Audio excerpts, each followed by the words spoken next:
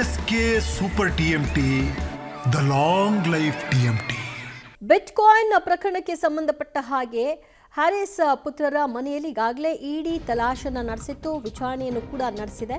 Bitcoin ಪ್ರಕರಣದಲ್ಲಿ ಇಡಿ ದಾಳಿಯ ವಿಚಾರವಾಗಿ ಹಲವರು ಮಾತನಾಡಿದ್ದಾರೆ. ಇದರ ಜೊತೆಗೆ ಶಾಸಕ ಹ್ಯಾರಿಸ್ ಪುತ್ರ ನಲ್ಪಾಡ್ ಕೂಡ ಒಂದು ಸ್ಪಷ್ಟನೆಯನ್ನ ಕೊಟ್ಟಿದ್ದಾರೆ. ನನ್ನ ತಂದೆ ಹ್ಯಾರಿಸ್ಗೂ ಈ ಪ್ರಕರಣಕ್ಕೂ ಯಾವುದೇ ರೀತಿಯ ಸಂಬಂಧ ಇಲ್ಲ. ನನ್ನ ಹಾಗೂ ನನ್ನ ತಮ್ಮನ ಮೇಲೆ ದಾಳಿ ಆಗಿದೆ, ಇಡಿ ದಾಳಿ ಆಗಿದೆ. ನಾವು ತಂದೆಯ ಮನೆಯಲ್ಲಿ ಇರೋದ್ರಿಂದ ಸಹಜವಾಗಿ ದಾಳಿ ನಡೆದಿದೆ. ಹಾಗಾಗಿ ಈ ಪ್ರಕರಣಕ್ಕೂ ಹ್ಯಾರಿಸ್ಗೂ ಸಂಬಂಧ ಇಲ್ಲ. ಶ್ರೀಕಿ ನನಗೆ ಪರಿಚಯ ಇಲ್ಲ ಅಂತ ಹೇಳಿಲ್ಲ, ಆದರೆ ನಮಗೆ ಪರಿಚಯ, ನನ್ನ ಸಹೋದರನಿಗೂ ಪರಿಚಯ, ನಮ್ಮ ಮೂಲಕವಾಗಿ ಈ ದಾಳಿ ಆಗಿದೆ ಅಂತ ಹೇಳ್ಕೊಂಡಿದ್ದಾರೆ. ನೀವು ಇಲ್ಲಿ ಶ್ರಮ ಪಟ್ಟಿದ್ದೀರಾ, ನಿಮ್ಗೆಲ್ಲರಿಗೂ ಕೂಡ ಧನ್ಯವಾದಗಳನ್ನು ಹೇಳಕ್ಕೆ ಇಷ್ಟಪಡ್ತೀನಿ. ಮೊದಲನೇದಾಗಿ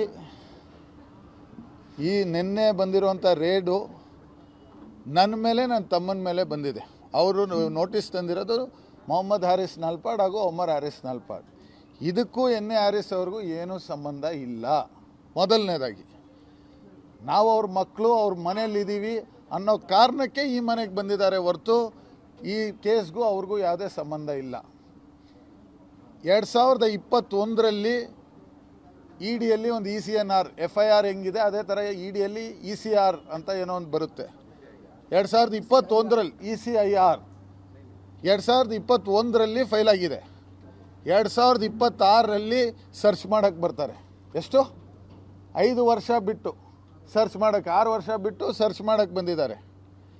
ಮೊದಲನೇದಾಗಿ ನನಗೆ ಅರ್ಥ ಆಗ್ತಾಯಿಲ್ಲ, ಯಾರಾದರೂ ಕ್ರೈಮ್ ಮಾಡಿದ್ರೆ 6 ವರ್ಷ ಕಾಯ್ತಾರೆ ಪ್ರೂಫನ್ನು ಇಟ್ಕೊಂಡು ಮನೇಲಿ ಸರ್ಚ್ ಮಾಡೋಕ್ಕೆ? 6 ವರ್ಷ ಆದಮೇಲೆ ಬಂದಿದ್ದಾರೆ. ನಾನು ಈ ಸಮಯ ಸಂದರ್ಭವನ್ನು ಕ್ವೆಶ್ಚನ್ ಮಾಡ್ತೀನಿ. ಏನು ನನ್ನ ಇಡಿ ರೇಡ್ ಇರೋದು ನನ್ನ ಮೇಲೋ ಇಲ್ಲ ನನ್ನ ತಮ್ಮನ ಮೇಲೆ ಟಾರ್ಗೆಟ್ ಮಾಡೋಕ್ಕಲ್ಲ. ನನ್ನ ತಂದೆ ಮಂತ್ರಿ ಸ್ಥಾನವನ್ನು